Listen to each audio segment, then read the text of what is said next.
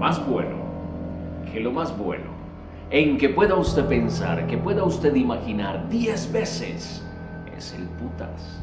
El putas, reteniendo mulas en trochas, llevándose al incauto montañero que se metió en lo oscuro, vaciando alcancías, embobando muchachas y guaqueros. Es capaz de volver al pueblo temprano para inspirar copleros y fomentar y amenizar esperanzadoras trifulcas y encendidos proyectos políticos. El putas es tan bonito y tan inteligente y huele tan bueno que a mí me da hasta pena estar aquí hablando de él. Mejor no se habla, mejor les cuento. Pero como esto yo no soy el que lo cuenta, pues la pena se le quita a uno, aunque sea un poquito. Vea, la niña era pálida y necia. Era una flor entre la palúdica y mediaca y vocinglera procacidad de un fango que se llamaba pueblo, que parecía un tango. ¿Quién habrá escrito eso? Pues bien, para resumir, esta niña, siendo liviana, era más bien charra, pero tenía un problema. Era gorda y cantaba.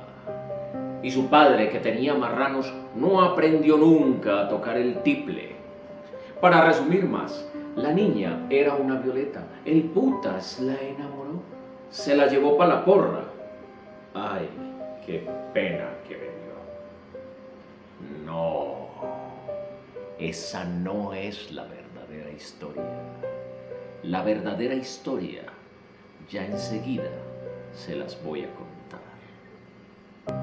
El putas viene a caballo y está encendida la fiesta. Todos juntos con las palmas. ¿No ven pues qué es el putas? Esa historia es la de un grosero muy subido, que para qué me voy a venir a decirles o a definirles si ya se sabe. Hizo un frío del putas. De esta no nos salva ni el putas. Yo a vos te quiero como un putas. Esa vieja está más buena que un putas. Vos sos un amigo más querido que un putas. Bobo como un putas, más malo que el putas. ¿Qué putas querés? ¿Qué putas viniste a buscar? Que te lleve el putas, que me lleve el putas, nos llevó a todos el putas. ¿Por qué no nos llevará el putas? Que vivan las Perdón, no, esa parte no. Y demás espantudas alusiones a el putas, de uso habitual entre la presupestífera muchedumbre. Es que al putas, de un pedestal de oro y nácar con perlas y diamantes y rubíes encastados, no debería de nadie bajarlo nunca mínimo.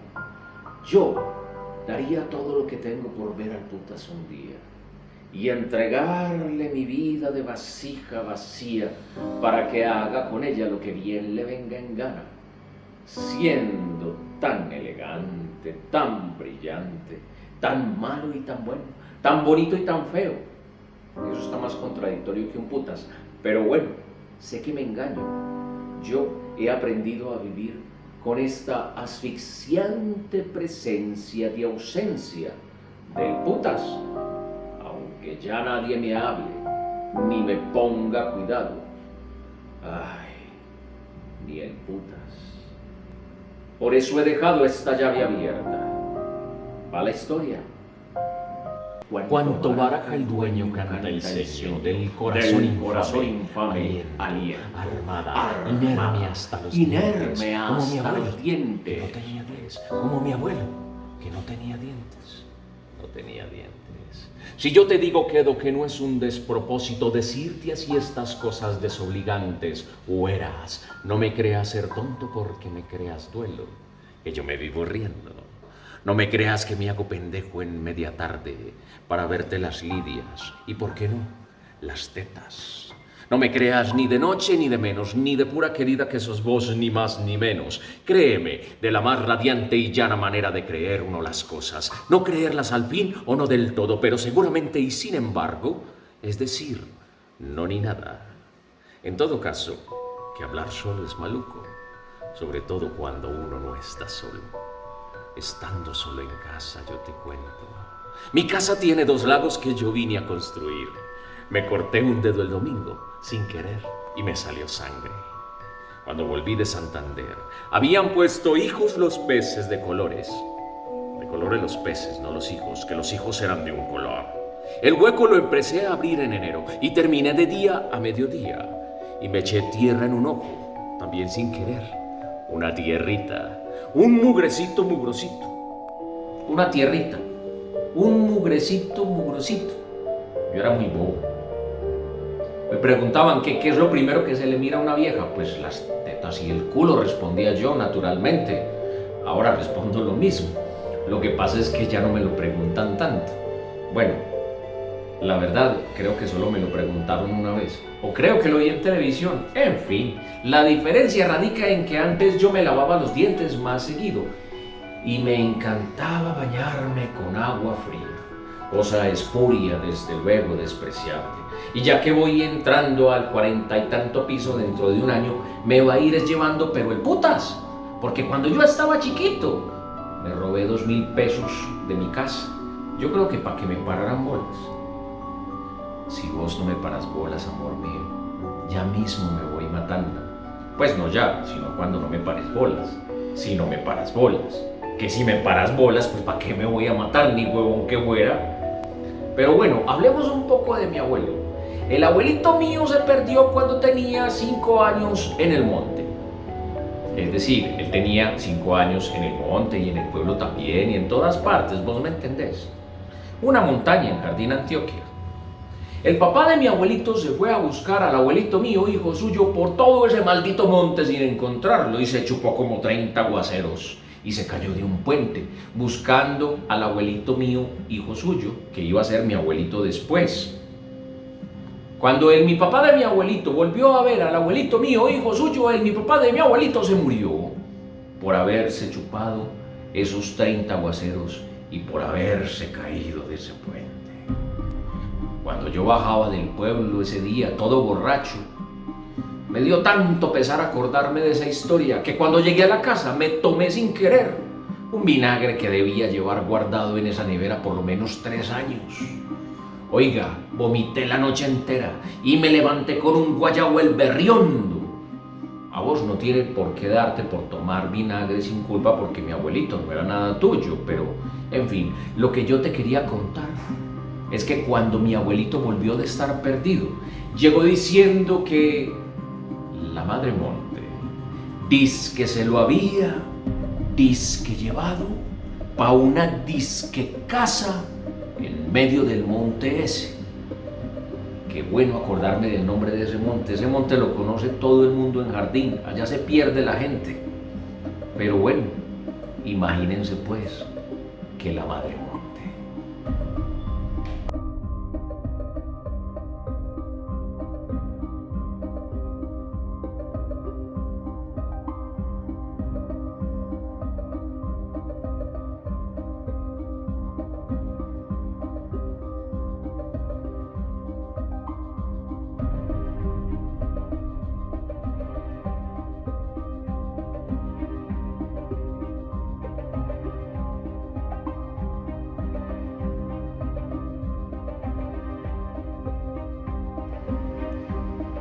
Yo sé que los muertos vuelven, por eso los invoco, para que me permitan contar estas historias.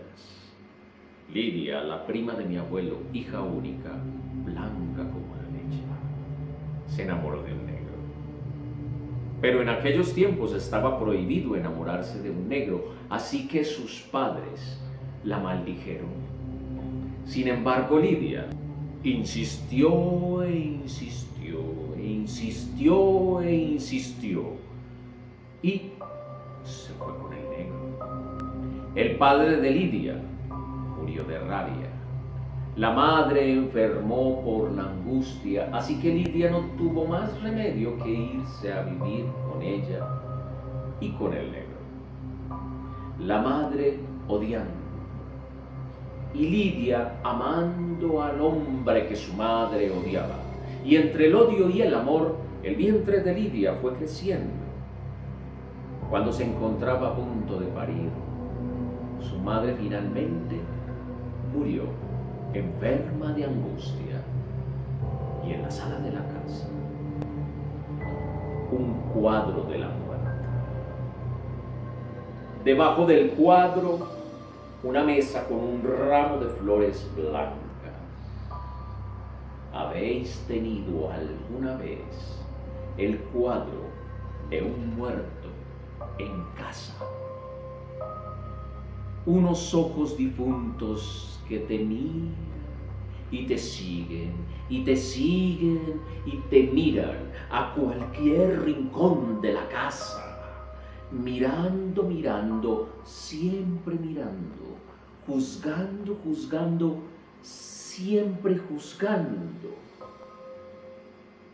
Un día Lidia se encontraba bordando los pañales de su hija próxima a nacer y no soportó más la mirada de su madre. Así que tomó una aguja con una hebra de hilo rojo, se puso de pie y se acercó hacia el retrato de su madre. Y donde estaban los ojos, llegó hasta el primer ojo y cosió, cosió, cosió, cosió, cosió, cosió, cosió, cosió, cosió, y golpe, y cegó el primer ojo del retrato. Luego pasó al segundo ojo y cosió, cosió, cosió, cosió, cosió, cosió, y un golpe, y cegó el segundo ojo del retrato. La hija de Lidia nació ciega. Desde entonces, las mujeres de mi pueblo, un día antes del Día de los Muertos, toman una veladora y le entierran una aguja con una hebra de hilo rojo y elevan una plegaria a Lidia, la mujer que borda, porque si esa noche no se nombra a la mujer que borda, ella podría descender hasta los vientres de aquellas madres con su aguja y su hebra de hilo rojo y coserle los ojitos a las pequeñas criaturas, y todas nacerían ciegas, definitivamente.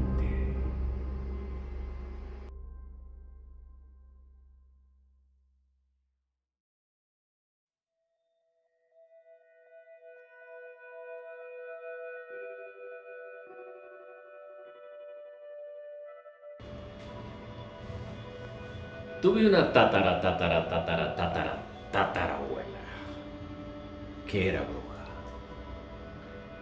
Era la vieja más vieja de todas las viejas de la historia familiar.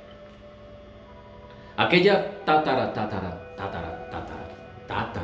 que era bruja tenía ancestros de las tierras del norte de España, en Cantabria, tierra de brujas. De allí emigraron hacia el sur, hacia Andalucía, tierra de brujas.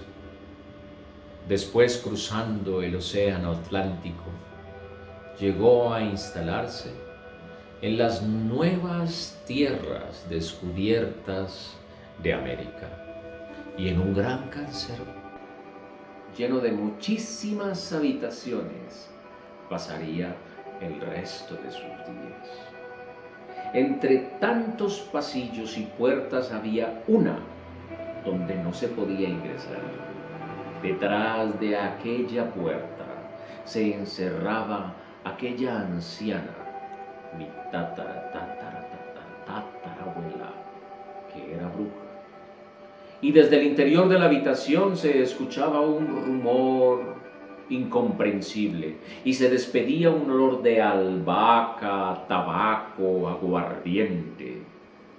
Todos los niños de la familia estaban advertidos y no podían entrar.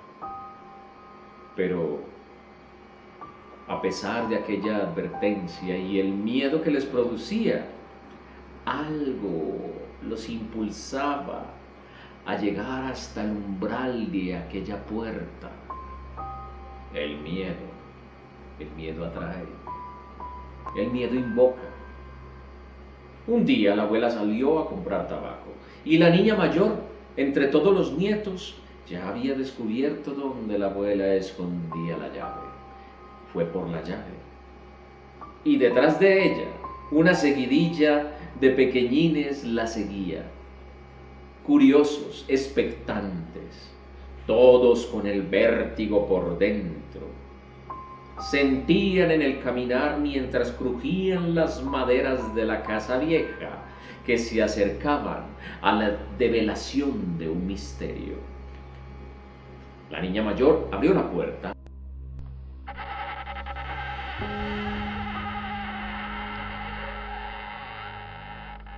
Miró a los pequeñines antes de ingresar.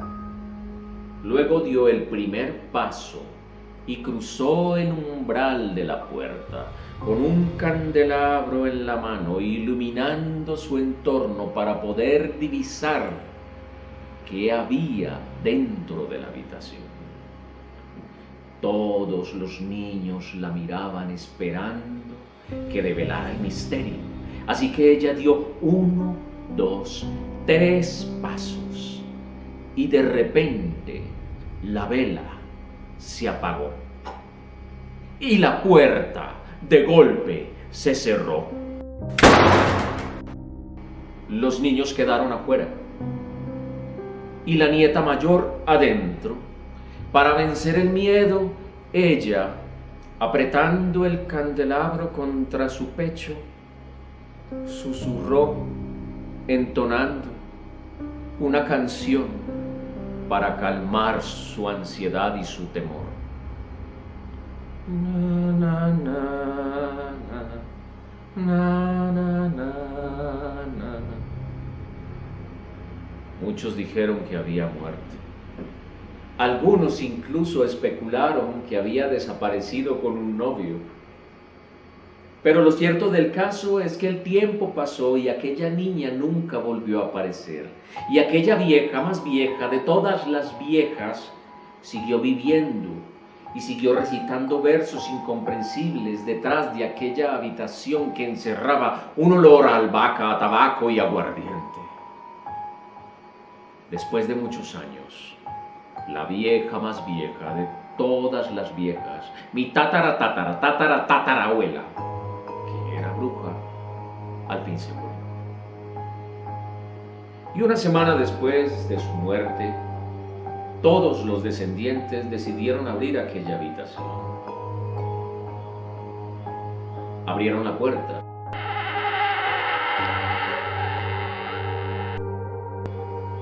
Y encontraron un baúl medio abierto, donde se veía la albahaca, el tabaco y el aguardiente de donde se despedía todo ese olor. Luego, cada uno con un candelabro iluminaba las paredes para encontrar que a lo largo del mural estaban todos los retratos de los niños muertos de la historia familiar. Al final del pasillo, un espejo grande, lleno de polvo. El polvo dibujaba una silueta de una niña, pero no podía distinguirse su rostro. Decidieron entonces limpiarlo para descubrir el rostro de aquella imagen. Y en el momento en que pasaron la mano por la superficie del espejo, quitando el polvo, una voz desde el interior del espejo susurró una entonación. Na, na, na, na, na, na, na.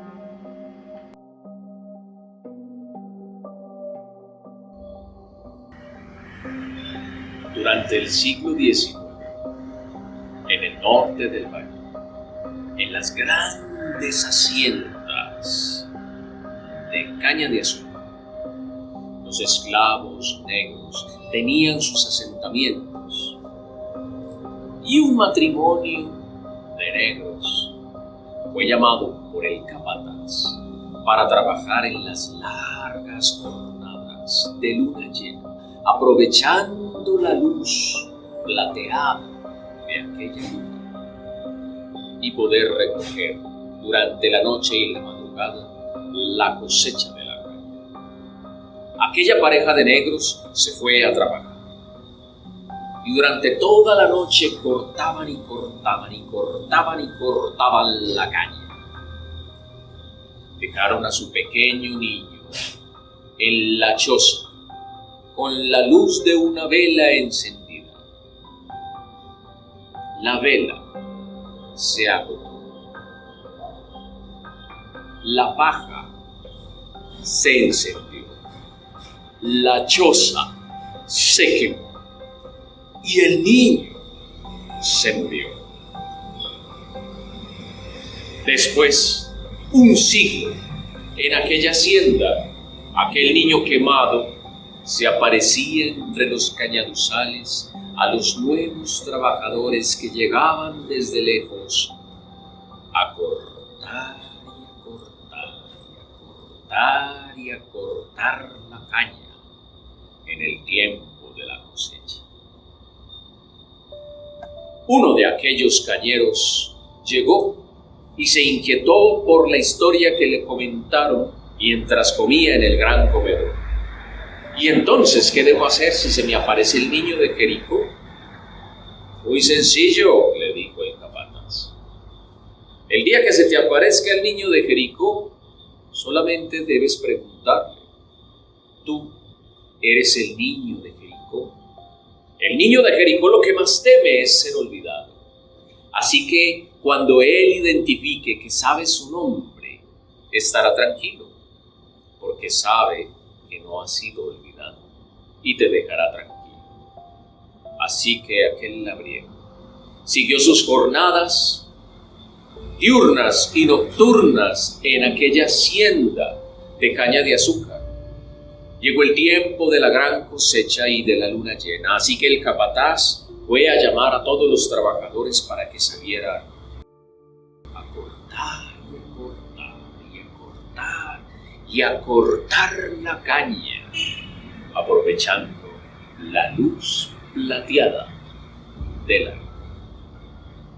Y aquel buen hombre, que se encontraba un poco alejado de los habituales aposentos de los colonos y trabajadores, cortaba y cortaba la caña tranquilamente. Estaba muy cerca de las ruinas del caserío de aquellos esclavos negros. El caserío de Jericó. Sabía que allá estaba la ruina de la choza quemada del niño Jericó. Pero sin embargo, sin supersticiones, se dedicó a cortar tranquilamente la caña durante toda la noche. Y en algún momento sintió un escalofrío que le recorría por un costado, así que interrumpió su jornada y se giró hacia un costado. Pero no vio nada. Así que de nuevo tomó su machete y siguió cortando y cortando y cortando la caña por un buen rato, hasta que de nuevo sintió otro escalofrío que lo recorrió de punta a punta y se giró hacia el otro costado, pero tampoco vio nada. Tomó de nuevo su machete y siguió cortando y cortando y cortando la caña con entusiasmo. Y de repente, un escalofrío le recorrió desde la punta de la cabeza, por toda la espina dorsal, hasta la planta de los pies, sobrecogiéndolo todo, como un hilo de agua helada, le recorrió todas las entrañas. así que se giró hacia atrás. Pero no vio nada. Y cuando se disponía a regresar a su jornada, tomando de nuevo el machete, lo levantó para cortar de nuevo la caña, lo vio. Ahí estaba, frente a él, negrito, todo quemadito. Las cuencas de los ojos no existían más que en una borrosidad desfigurada. Levantaba su cabecita como mirando sin mirar, impávido. El niño quemado estaba frente a él. Quedó paralizado del miedo y, sin embargo, tomó fuerzas. Y desde su interior salió la pregunta: ¿tú eres el niño de Jericó?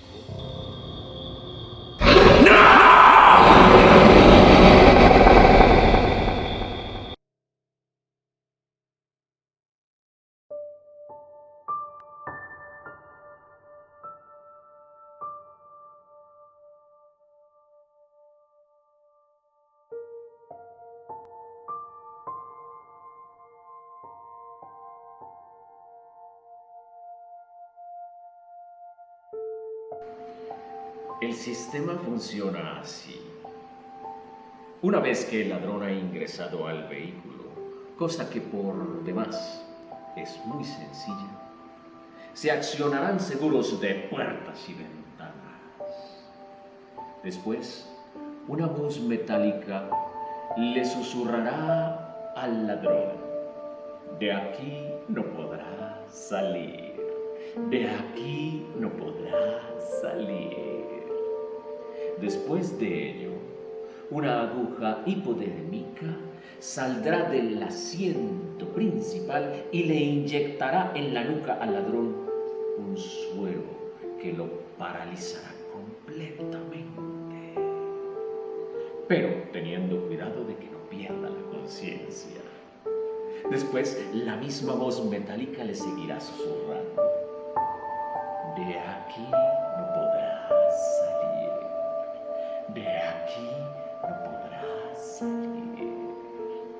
Es en ese momento cuando la silla del copiloto a la derecha, en los modelos ingleses el de la izquierda, se corre hacia atrás, dejando al descubierto un sistema de émbolos, engranajes y cuchillas, donde el ladrón será depositado, triturado completamente.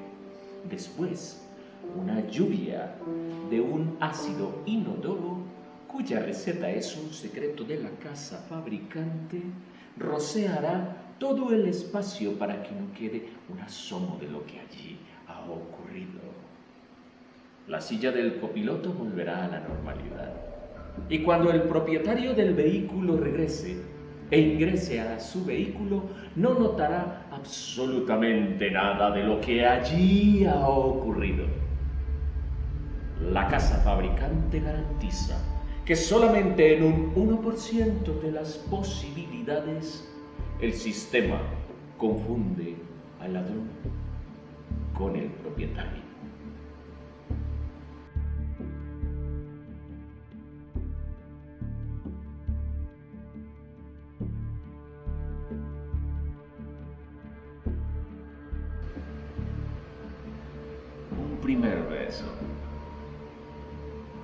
Un primer beso tan esperado tras los esquivos encuentros previos, y por fin ese ondular del manantial bajo la llovizna, recorriendo todos los tejidos de 4 labios y más allá.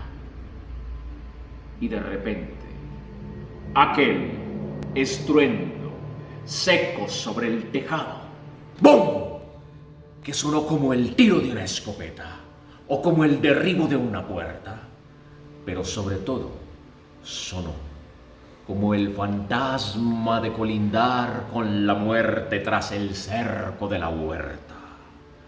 Les agujereó el cepelín del cortejo y les dejó el sobresalto plasmado en los ojos, forzosamente distanciados por la sorpresa, vigilantes, temerosos.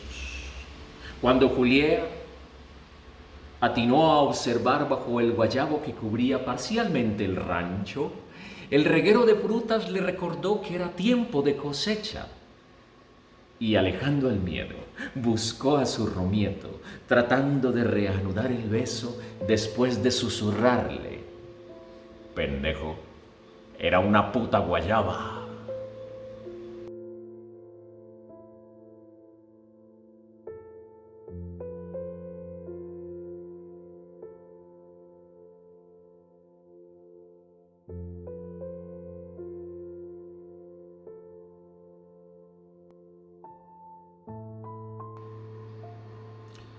Cuando el diablo se apareció en la discoteca Mangos de Medellín, mi chica tenía tan solo 12 años. Y por supuesto, aún no trabajaba en aquel club nocturno donde la conocí. Yo fui un podiatra. Llevaba toda la tarde en una complicada cirugía de pies y quise relajarme con un whisky en el club, así que hacia allá me dirigí. Llegué al club, a la barra, y pedí un escocés. Junto a mí había una chica con un hermoso escote, unos pechos suculentos, el cabello que le caía con unos bucles como una cascada sobre una espalda descubierta.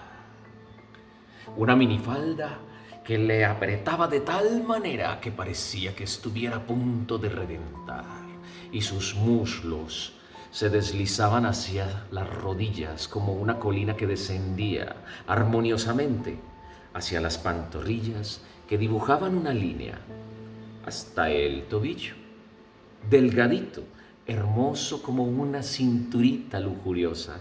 Después, una bella bóveda plantar, un puente bien dibujadito, el prototipo de pie egipcio, y los deditos escalonados que se dibujaban uno a uno hasta llegar al dedo gordo del pie. Tenía esa leve inclinación hacia el detestable dedo en martillo. Otros hubieran visto unos pies bonitos. Yo tomé mi whisky y me alejé. Empecé a deambular por aquel club nocturno. Pasé por un salón donde encontré a dos tipos en calzoncillos que se movían de tal manera, demostrando su gran aprecio por el gimnasio y su desidia por la coreografía. Así que seguí de largo hacia el otro salón. Y allí encontré, o más bien se toparon conmigo, un par de nalgas monumentales que se movían en un ajetreo y en un solo bamboleo que me quedé como petrificado en el suelo, admirándola. Después del trance, por fin, pude abrir el horizonte para verla. Rubia, de ojos celestes, un pequeño top que le cubría los senos armoniosamente, unos cacheteros que le dejaban ver y dibujar su hermoso trasero, y unas botas carramplonas que no combinaban con nada. De cómo la conocí y empezamos a conversar no viene al caso. El punto es que 4 horas más tarde íbamos en mi auto hacia un motel, mientras ella me iba contando la historia de cómo el diablo se había aparecido en la discoteca. Era un papacito, todo rubio y de cabello liso y vestido de blanco con zapatos de charol. Llegó con una gallada, o por lo menos parecía que hubiera llegado con ellos. Mientras ella hablaba, las palabras se le deslizaban por la boca con una sinuosidad y humedad tan erotizante. Me preguntó si tenía para fumar. Le dije que sí. Abre la guantera. Así que sacó de la guantera una hermosa cajetilla plateada que al abrirla pudo sacar entonces un pequeño cigarro de marihuana para encender y me siguió contando la historia. Él se paró en la barra y sacó una hermosa cajetilla plateada. La abrió y un cigarro todo espigado se lo puso en la boca. Empezó a fumar pausadamente. Todo el mundo lo admiraba y él como que escaneando toda la discoteca, buscando cuál de todas las chicas era la mejor bailarina. Me pidió el encendedor, encendió el bareto y mientras crepitaban las brasas, la llama de la candela le iluminó los ojos y tenía en su mirada esa fogosidad y ese fuego desde los mismísimos infiernos, pasando a través de su mirada hacia mí. Aspiró y después me pasó el cigarro. Yo también aspiré. Estaba tan fuerte que me hizo toser. Esta marihuana está tan fuerte que hasta azufre huele, pensamos los dos. Y ella, mientras iba botando bocanadas de humo por la ventanilla y veía pasar las luces de la avenida, me seguía contando, hasta que la vio una muchacha, la más mamacita de todas las de la discoteca. Y el diablo, bueno, el hombre de blanco, se dirigió hacia ella y la sacó a bailar. Ella no podía creer que la estuviera invitando. Se dejó llevar, como hipnotizada, y cuando llegaron al centro de la pista, hubo como un problema con el sonido, un silencio incómodo. Se quedaron mirándose fijamente el uno a otro. Él le pidió que mientras estuvieran bailando, no le mirara los pies. Solo le pedía eso. Ella, absorta, mirándolo fijamente, se dejaba llevar. Él se la hubiera podido comer ahí mismo parado si hubiera querido, y ella se hubiera dejado. Estaba hipnotizada con él. Pues bien, comenzaron a bailar, y mientras me seguía contando la historia, yo miraba por el espejo retrovisor sus muslos, sus caderas, sus curvas y sus botas carramplonas. La línea de los senos que se dibujaba hacia arriba por ese hermoso cuello y las palabras que le salían de la boca con tanta sensualidad, hasta que llegamos a la puerta del motel. Un muchacho paliducho nos abrió la puerta e ingresamos. Llegamos hacia la cabaña. Caminamos hacia el interior y ella se acomodó tranquilamente y se arrellanó en un sofá. Mientras me seguía contando la historia, me pidió otro cigarrillo. De nuevo el encendedor y crepitó. Las llamas encendidas, la brasa crepitando, le encendían los ojos y en esa mirada yo veía al mismísimo demonio. Mientras ella me decía que empezaron a bailar. Y bailaron extasiados en esa discoteca, el hombre de blanco y la chica más bella de toda la discoteca. De repente, ella no soportó las ganas y miró hacia abajo y le vio los pies. Pero no eran pies, eran pezuñas, como las de una cabra o las de un cerdo. Y en ese momento salió toda una humarada, un fuerte olor a azufre, y el hombre de blanco desapareció. Allí, mi chica terminó la historia. Se mordía los labios y me miraba fijamente, al tiempo que se desabrochaba la blusa. Después se la quitó, descubrió sus senos ante mí. Se acercó provocativa, me apretó el lóbulo de la oreja, me mordió los labios y se alejó. Después se bajó la cremallera de la minifalda y se la quitó, levantando las piernas y las botas carramplonas, y la minifalda salió entre sus rodillas y sus botas, volando por los aires de la habitación en un acto casi gimnástico. Después volvió hacia mí con los ojos rojos encendidos. Me besaba el cuello con ansiedad Se volvió a arrellanar en el sofá y lentamente comenzó a quitarse las botas carramplonas. Yo no podía dejar de pensar en las pezuñas del diablo en la discoteca, al tiempo que ella poco a poco desabrochaba las botas carramplonas. Cerré los ojos y la sentí también volar por los aires de la habitación hasta caer al otro lado. No quise mirar. Ella se arrojó de nuevo sobre mí. Nos mordíamos erotizados, apretados. Me mordió en un momento con tal furia que tuve que empujarla fuertemente hacia la cama y ahí le vi los pies completamente planos, cuadrados, el prototipo de pie polinesio y con toda la inclinación al detestable dedo en martillo. O sea, yo hubiera preferido unas pezuñas.